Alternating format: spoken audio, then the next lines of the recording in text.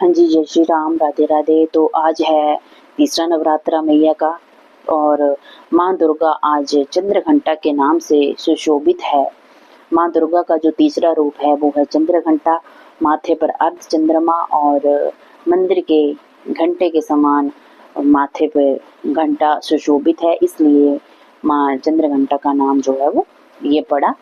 तो हमने पिछले ब्लॉग में भी कहानी सुनी थी कि इस तरह से असुरों के राजा महिषासुर और देवताओं के बीच जो युद्ध था वो चला था। तो वो युद्ध काफ़ी दिनों तक चलता रहा, जिससे सारे देवी देवता जो थे वो बहुत ज़्यादा परेशान हो गए थे।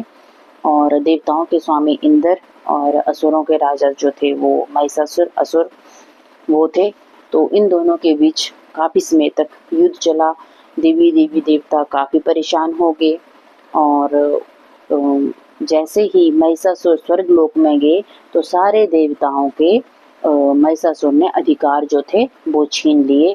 उनका जो सिंहासन था वो भी सारा छीन लिया। तो अब देवी देवता जो थे वो काफ़ी परेशान हो गए। उन्हें कुछ समझ नहीं आ रहा था कि महिषासुर से किस तरह बचा जाए, महिषासुर को क्या किया जाए कि इसकी मृत्यु जो है वो हो सके, लेकिन वो कुछ भी नहीं कर सकते थे। तो उन्होंने क्या किया, वो बहुत परेशान हो गए और वो पृथ्वी पर विचरण करने लगे। और उसके बाद उन्होंने अपनी पुकार जो है वो त्रिदेव से लगाई, ब्रह्मा, विष्णु और महेश जी से, कि इस तरह से महिषासुर ने हमारे स्वर्ग लोक के ऊपर आतंक मचा रखा है, आप इसका कुछ कीजिए। तो ये सारी व्यथा जो है देवी देवताओं ने अपने त्रिदेव जी को बताई और जैसे ही उन्होंने ये सब कुछ सुना तो उनको बहुत क्रोध आया। तो जैसे भगवान शंकर जी थे वो अपने क्रोध से एक ऊर्जा उत्पन्न करते हैं, मतलब जब उनको क्रोध आया तो उनके शरीर से एक ऊर्जा उत्पन्न हुई और उस ऊर्जा से माँ देवी जो है वो प्रज्वलित हुई। और वही माँ देवी, उन्होंने बोला कि यही देवी अब महिषासुर का जो है वो वध करेगी। तो उस देवी के पास तो कुछ भी नहीं था, सिर्फ एक ऊर्जा से वो देवी जो थी वो उत्पन्न हुई, जो ब्रह्मा विष्णु और महेश जी के तप से भी वो देवी उत्पन्न हुई।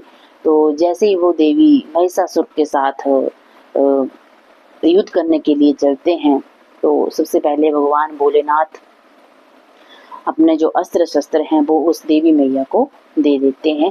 तो भगवान भोलेनाथ ने अपनी त्रिशूल उस मैया को दे दी और भगवान विष्णु ने अपना चक्र मैया को प्रदान किया। और इसी प्रकार अन्य देवी देवताओं ने माता के हाथों में अपने अस्त्र शस्त्र सजा दिए। इंद्र ने भी अपना वज्र और ऐरावत हाथी से उतरकर एक घंटा दिया और सूर्य ने अपना तेज और तलवार दिया और सवारी के लिए उन्होंने अपना शेर दे दिया।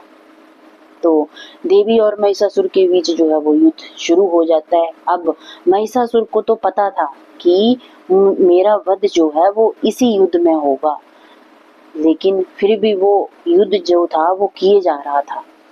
और लास्ट में क्या होता है युद्ध में कि जो मैया थी वो उस असुर का वध कर देती है।